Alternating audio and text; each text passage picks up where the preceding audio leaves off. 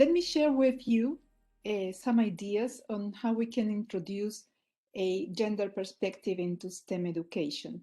So first, what is gender perspective? This I took from the European Institute for Gender Equality. It focuses on gender-based differences in stature, power, and considers how such discrimination shapes the needs and interests of women and men.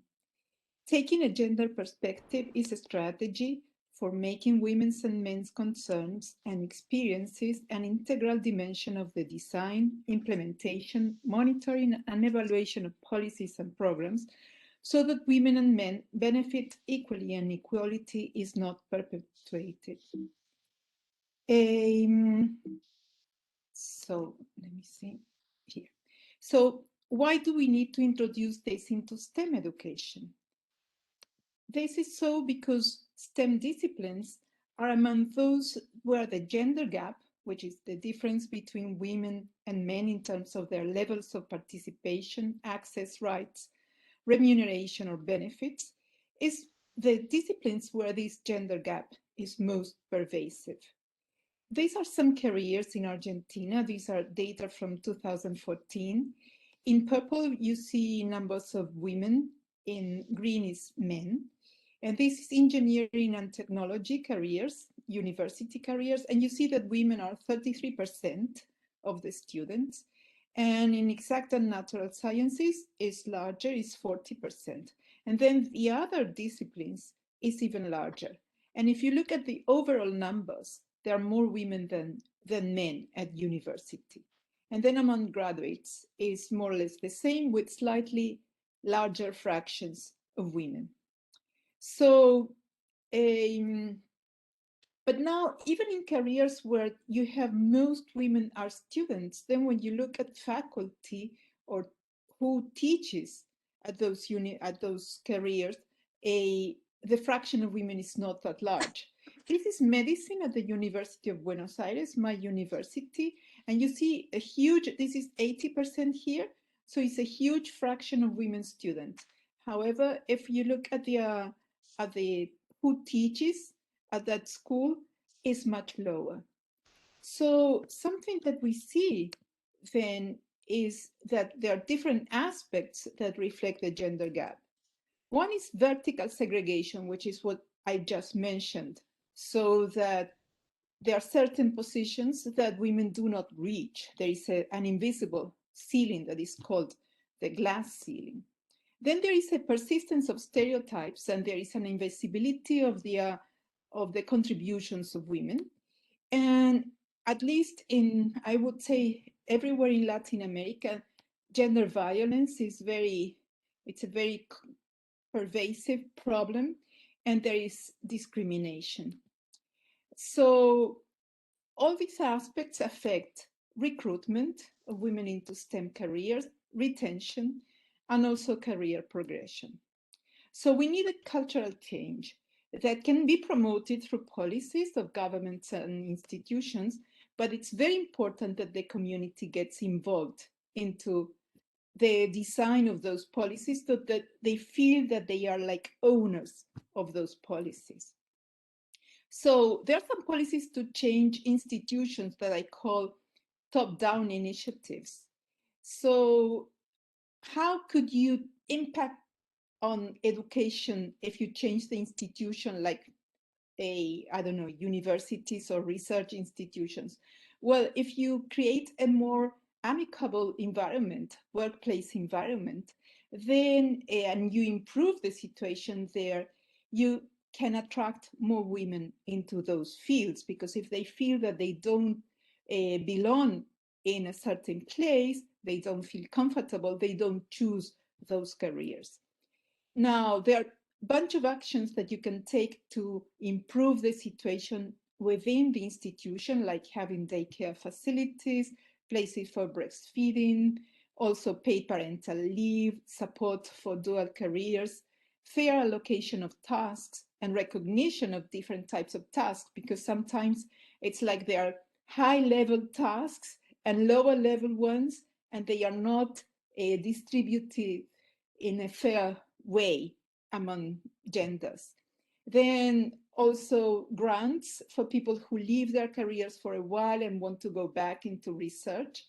Then give advice for promotion and recruitment, training on gender bias for decision makers, quotas, how science look like, photos, pictures in the institution, the use of inclusive language, at least in Latin languages, is words have a gender, so using an inclusive language is very important.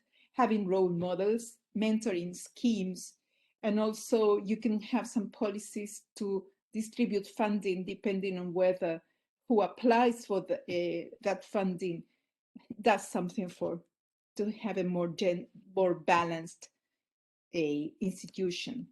So in Argentina, there are many initiatives in particular to handle cases of gender violence, and there is national legislation now that makes the training on gender violence on all these issues mandatory at all public institutions. And in particular, the Ministry for Science, Technology and Innovation launched a program for gender equality. And these are some of the actions and goals. They want to have a very gender balanced structure within the ministry and also in all the aspects associated to research, development, and innovation. There have been some advances for scientific prizes, for some lines of funding. And also they are thinking, since the ministry evaluates some institutions, then to put into the evaluation of institutions some aspect about gender balance. They also designed a kit to include a gender perspective in the communication of science. And they've been defining gender indicators, and they are planning to update databases where they collect information on researchers so that they include information on gender. And they are articulating their activities with other sectors of government. And of course, there is this thing about gender violence that I told you about. And they also keep a database of actions of other institutions in Argentina. Now, as I've told you, the direct involvement of the community is very, very important. And so I like two initiatives. They are not from Argentina, they are from other countries, but it's initiatives that try to attract the community into the discussion of these gender issues. One is the National Science Foundation Advanced Program in the US. It's a line of funding to change institutions. So that institutions apply for those projects to try to induce change into their own structure. And you can find some examples of policies that have been implemented at this website. And the other one I like is Project Juno in the UK. It's the Institute of Physics. This is for physics departments. The aim is to recognize physics departments that can demonstrate that they have taken action to address the underrepresentation of women in university physics. And what they do is they have goals, and the institutions, the departments have to apply for this recognition, telling what they are planning to do. And they have to discuss that within the institution, and those discussions are the most important part of the whole process. So the involvement of the community is key, and I like what I call the bottom-up activities, and we've organized quite a bit in Latin America.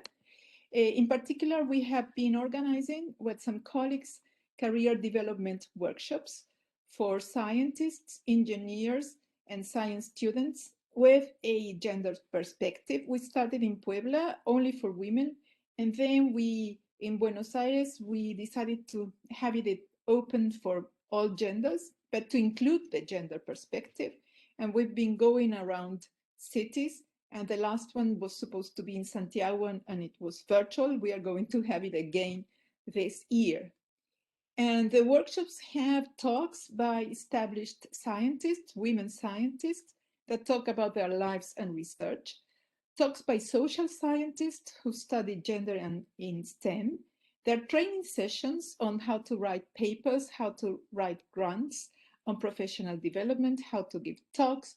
And then there are these discussion sessions on gender-related issues, and in particular, difficulties that these young people have experienced that prevented them from advancing in their careers, or what difficulties they found.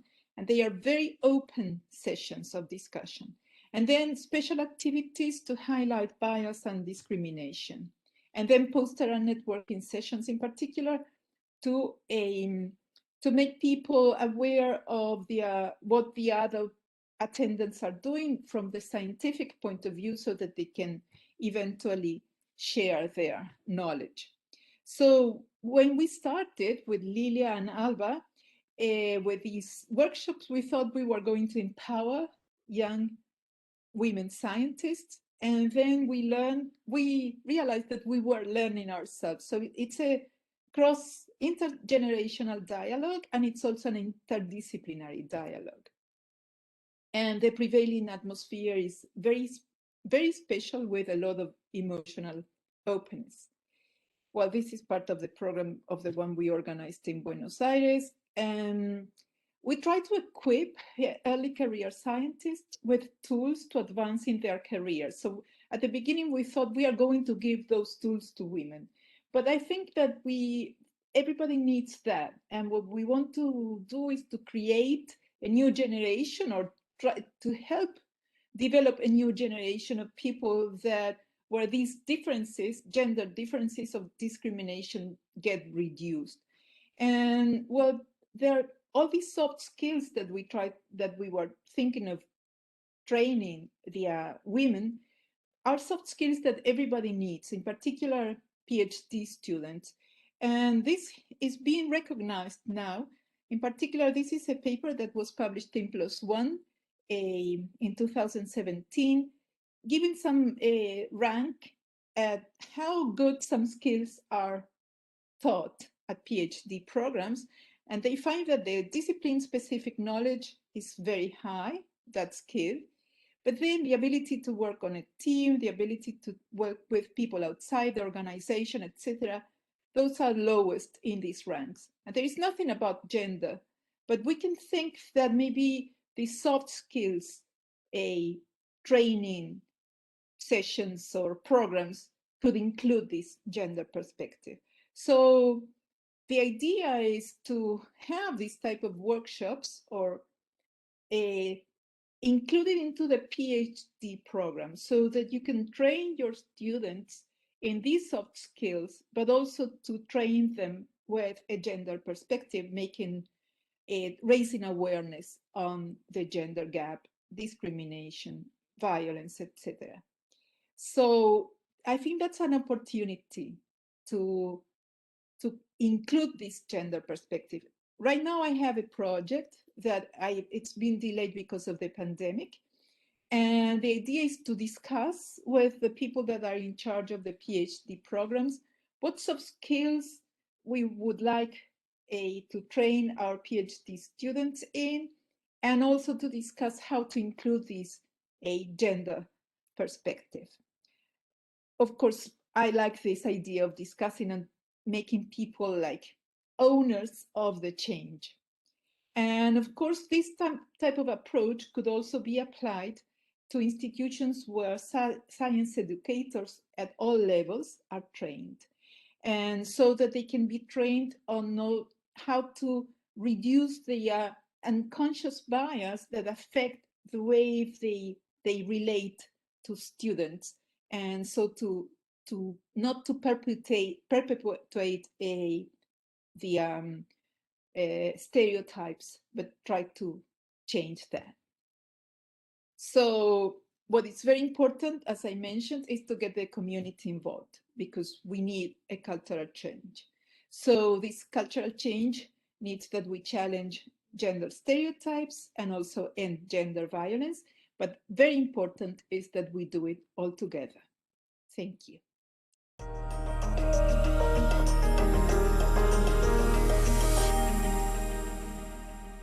I'm Sheau-Wen Lin. I would like to introduce you about our recent research on among 4 countries about the pre-service elementary female teachers' belief and attitudes towards STEM education. I would like to introduce our cross-country team. Professor Song Zhanghao from Daegu National University of Education, Korea. Professor Satoko Ishikawa from Osaka Kyoku University. Here is me, and another professor, Professor Hakamata Chatri from Kasesa University, Thailand. We all know the integration of science, technology, engineering, and mathematics is a new focus for worldwide curriculum reform. And the study indicated that STEM education can enhance students' interest on STEM, cooperation, communication skill, and problem solving and creative making ability. But we still find that gender gap has appeared in STEM-related fields. And we all know that teacher is the key person at classroom. And the female teacher makes up a big percentage in the elementary education level. And their role model have more effect on female students with STEM-related career expectation and learning motivation. We all know that teachers' attitudes of and belief toward teaching play a critical role in their teaching frequency, quality, and content. Teachers' believe on their instructional capabilities is called teaching self-efficacy. It's the major point in my presentation. And because all the participants are pre-service teachers, so we care about those teachers' needs. From the research, we find that teachers curious about how to make their science classroom more engagement.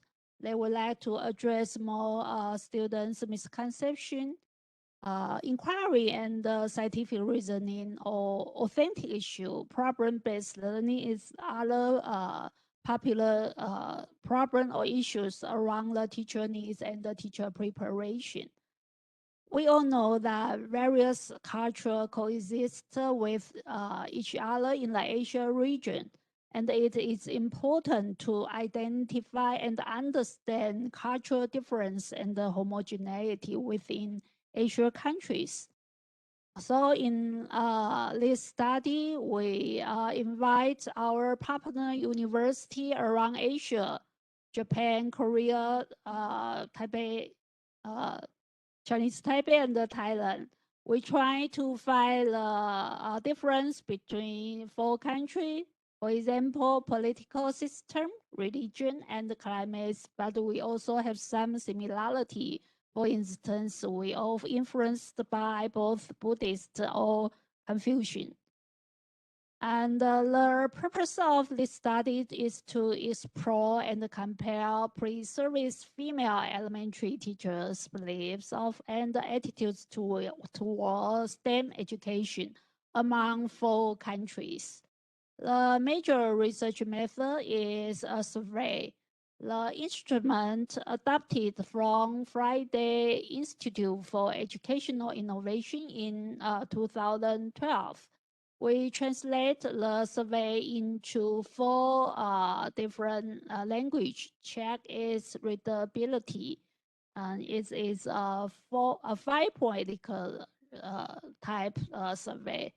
And you can find it's the initial instrument. The attitude includes, sorry.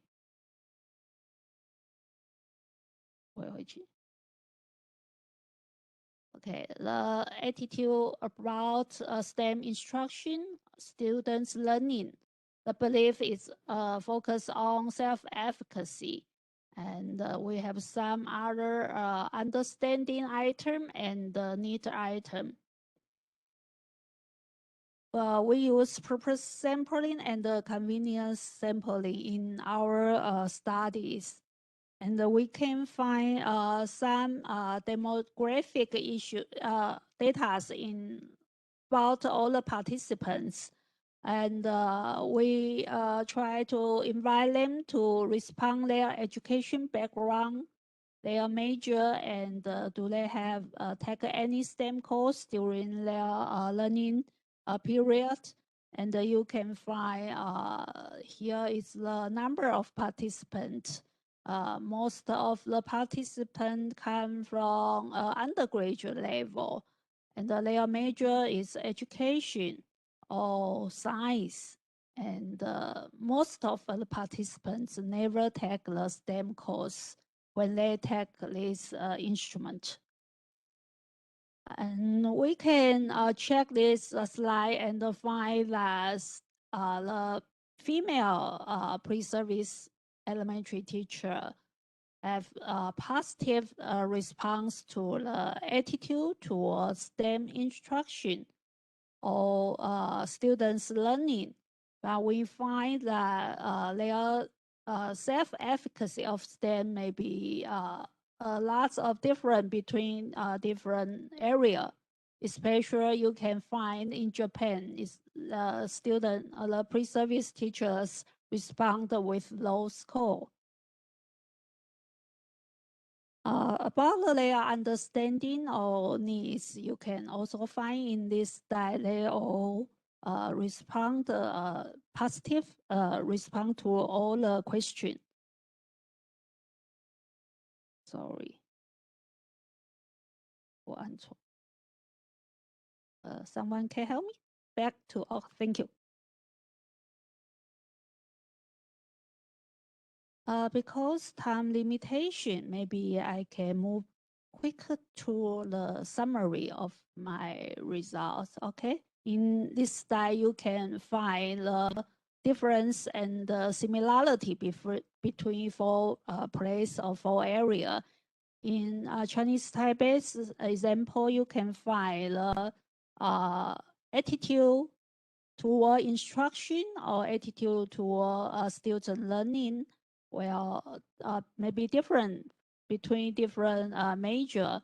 Here, the self-efficacy will be different by their education background.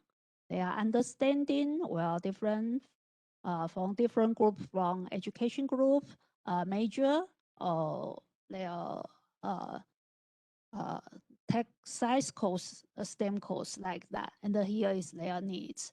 And in Korea example, attitude, self-efficacy, and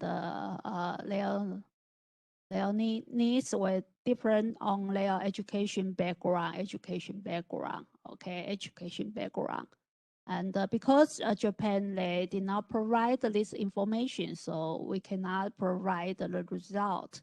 In Thailand's case, we can find self-efficacy well different among different groups from education background or their major. And we also find that pre-service teachers respond to the attitude towards student learning is a major predictive variable for their needs. In Korea case, self-efficacy and understanding is a major predictive variable. And in Japan, attitude towards STEM instruction is a major predictive variable. And in Thailand, is understanding of STEM education. So it's the predict variable to the needs of their professional development. And if we compare the difference between male or female pre-service teacher, we can find a little interesting thing. Most of the male pre-service teacher may be more self-efficacy, have a high score on self-efficacy of STEM, and is similar in Japan. And in Korea, the instruction attitude into instruction, the female And in Taiwan, also female have more positive attitudes. And in this data, we can find participants' belief and attitudes. It's different and will be different depending on their countries or areas policy, curriculum guidelines. And we also find there are difference between their demographic information. And their response to their needs is a baseline for all our teacher preparation institution or educator to think about it and based on it to design our future curriculum. And we also encourage all these female pre-service teachers can cultivate their interest, active learning, and enhance their curriculum design and the problem solving ability to face the new STEM curriculum in their elementary level. And we also collect related qualitative study data to try to explain the phenomena that we find. And we also would like to trace the change or development during all these pre-service teachers' development during the preparation period. And we are also interested about what are the factors that will influence their learning or their attitude or beliefs about STEM education. Okay, thank you. It's all my presentation. Thank you.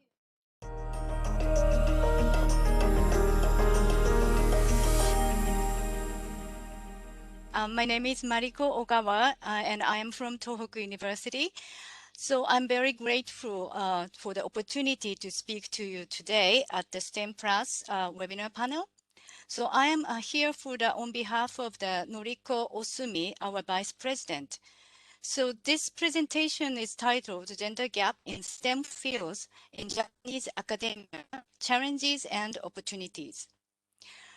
So today I'd like to talk about the status of female researchers in STEM fields in Japan and the efforts that female graduate students in STEM fields are making for elementary and junior high and senior high school students to spread the attractiveness of natural science at Tohoku University.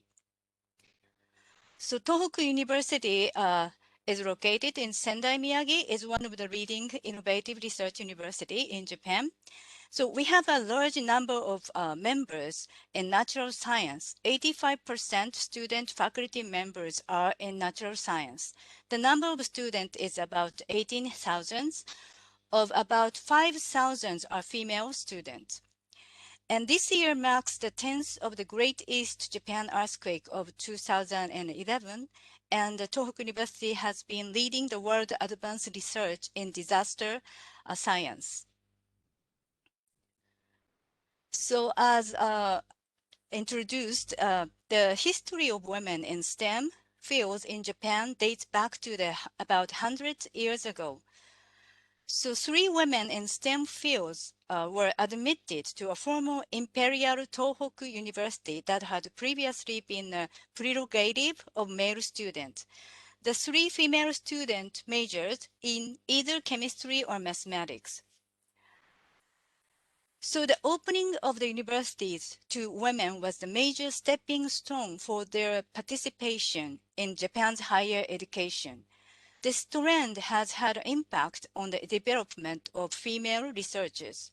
So based on these achievements, Tohoku University was selected for one of the 20 documentary heritage collection by UNESCO the world in 2021.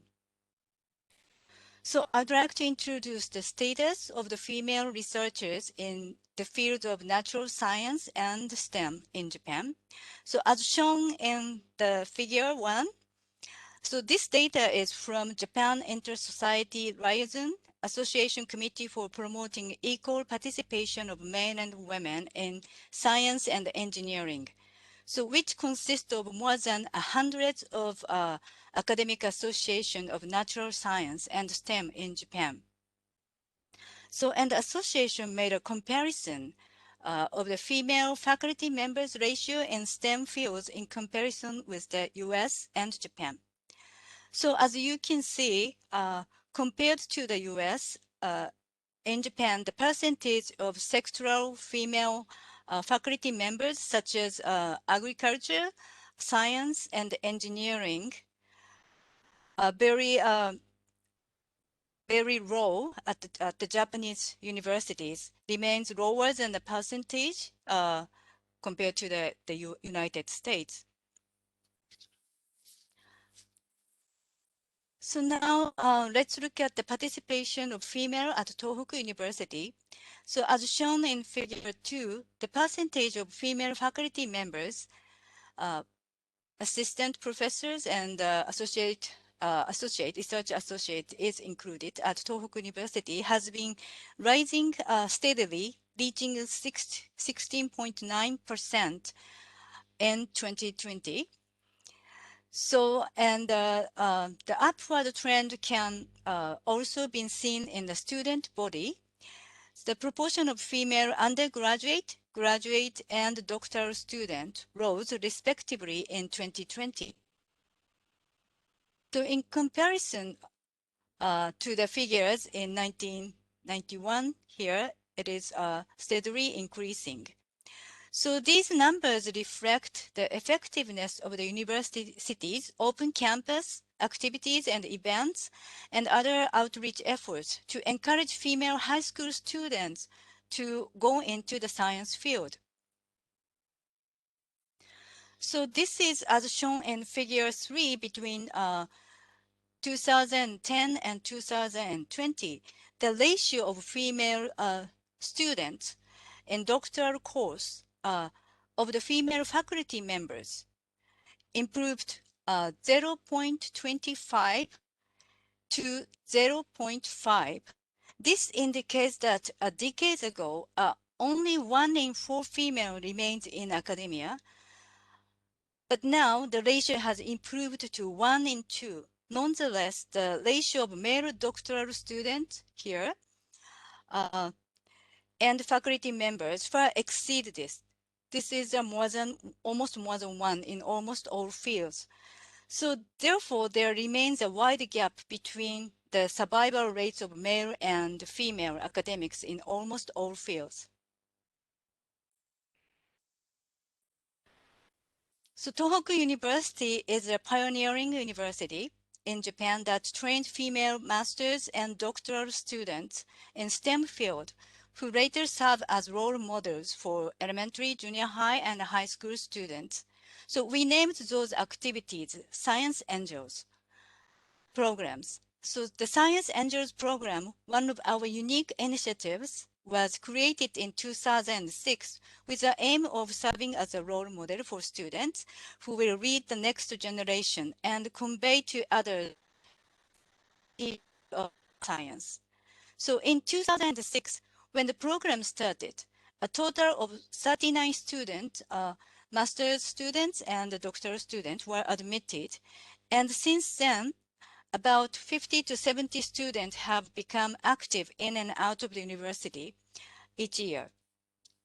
So the students contribute to the development of the next generation and the science related career paths as their familiar role models through on-site seminars. So as a result of the student-led activities that encourage female high school students to choose a career in science at the university's open campus, the percentage of the female students in the undergraduate, master's, and doctoral programs has increased, as we have seen in the other graph. So Tohoku University was the first university in Japan to start this program. So, and there are other universities that are making similar efforts based on our program, indicating a ripple effect throughout the country. So over the past 10 years, more than 60 events have been held in which more than 10,000 elementary, junior high, and senior high school students have participated. So this year, we focused on online activities. So these programs were highly evaluated and received many awards. So here is the latest data on researchers at Tohoku University. Figure 5 shows that the number of adoption and adoption rate of the researchers of Japanese scientific government grant. So the red line is the adoption rate of the Tohoku University, female adoption rate. And blue is the male researchers adoption rate at Tohoku University. So, and the bar is a graph represents the number of adoptions. So as you can see, female researchers at Tohoku University remained a higher rate than male researchers. So in 2020, adoption rate for the female researchers is 36.4%, and male researchers is 30.4%. The ratio of female to male researchers is about 1 to 7. So results show females are superior and have more research abilities than male. However, females have still a hard time surviving in the academic societies in Japan. So the Ministry of Education, Culture, Sports, Science, and Technology in Japan has implemented various programs over the past 10 years to increase the number of female students entering STEM fields and in turn the number of female researchers. So since 2006, Tohoku University has adopted several desk government programs, receiving support for the Tohoku Women's Hardware Project and etc. So in order to nurture more female leaders in the STEM field, it is necessary to encourage females to change their perception of gender roles and abandon old stereotypes. Thank you for your attention.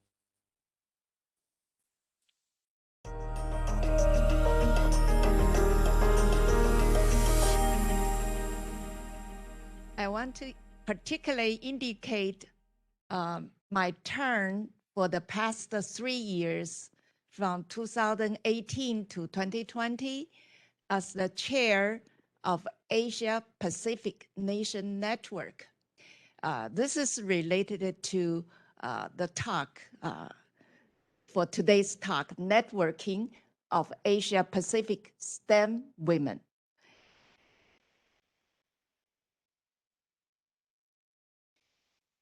Okay, I have to begin with our Society of Taiwan Women in Science and Technology, founded in 2011. Next year,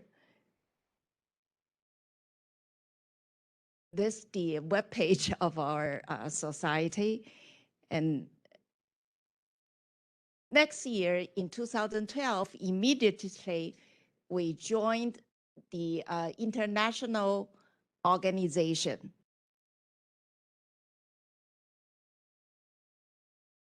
INWES. INWES is International Network of Women Engineers and Scientists. Actually, yesterday, the first talk given by Professor Kim of Korea, she already mentioned INWES.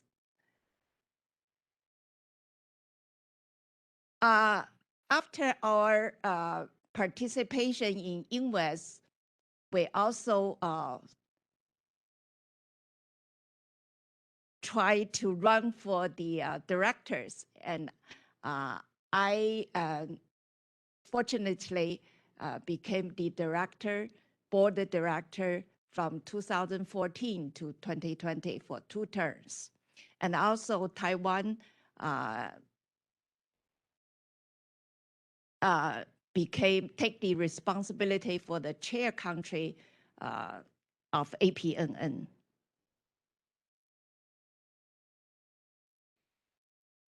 APNN actually is a one of the 4 regional networks of INWES, and founded in 2011 and 2014, the African network, 2016, the European network, and 2018, the MENA, Middle East and North Africa.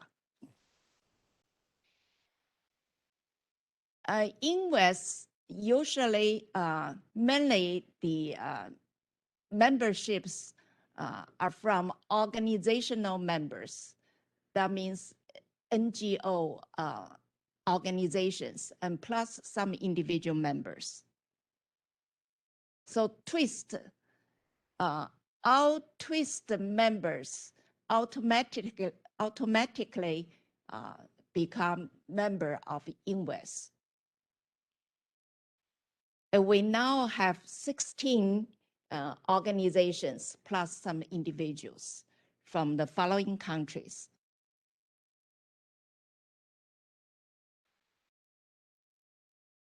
every year we have APNN meetings and held in different locations, usually 2 to 3 days from 2011 to 2020. And you can see in I'm sorry. Okay. And 2013 and 2020, these 2 meetings were held here in Taipei. And Professor Dawson, if you are online, the first speaker in our panel, and she was invited for 2013 meetings.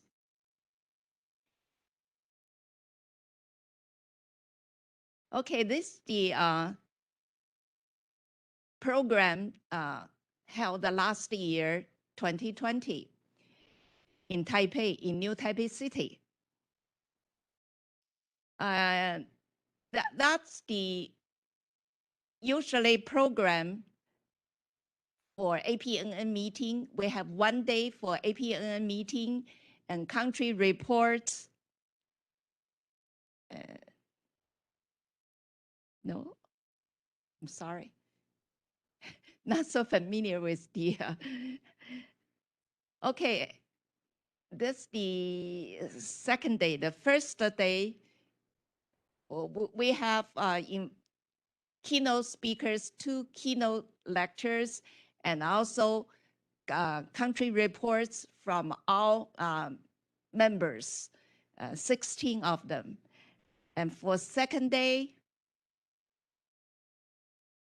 we have 1 day conference, usually maybe 2 day conference. Last year, fortunately, in Taiwan, the pandemic was well controlled. So we have meetings in hybrid form, physically participation and also online. And we have 5 panels. The second day, we also have sorry, we have 3 keynote lectures and 5 panels. That's the usual form for APNN meetings. So this was really fun time when we have APNN meeting around each member countries. I participated every one of them. This is the one in 2014 and 2015 in Mongolia, 16 New Zealand, and also we learned the greetings in Maori style to touch the nose each other. In Japan, 17, and Vietnam, 18. We also hold annual general meeting for all members in every APNN meeting. 19 in Nepal last year.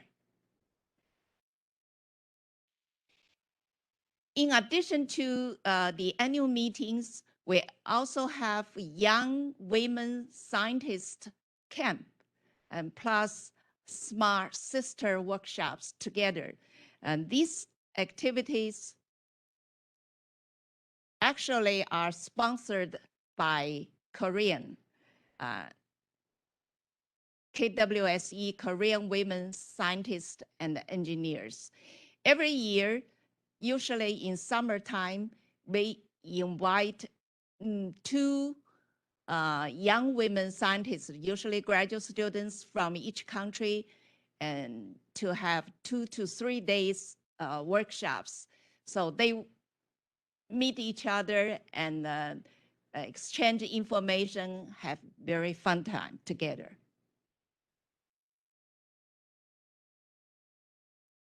Usually during the YWS camp, they have exhibition.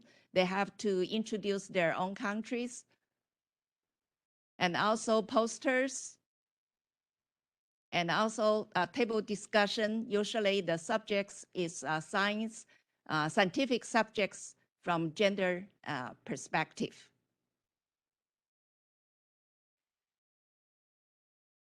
And fun time after dinner usually. Okay, the other important thing for the APNN activity is cross-country surveys. And also Professor Kim yesterday mentioned about the report. Starting from 2014, we already made 5 international reports, survey. These reports are already on the website.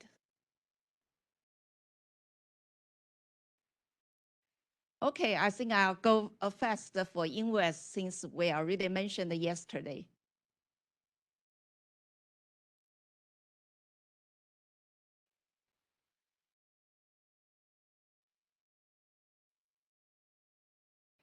Okay, so US networking, we actually have an international conference on women engineers and scientists every 3 years. And in between the years, we have regional conference, APN meeting annually, and also there are many activities from UN-related UNESCO and ECOSOL activities.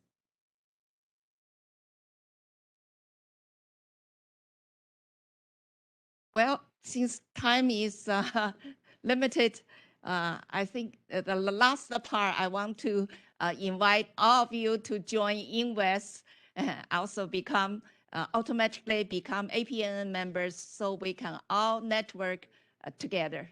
Thank you.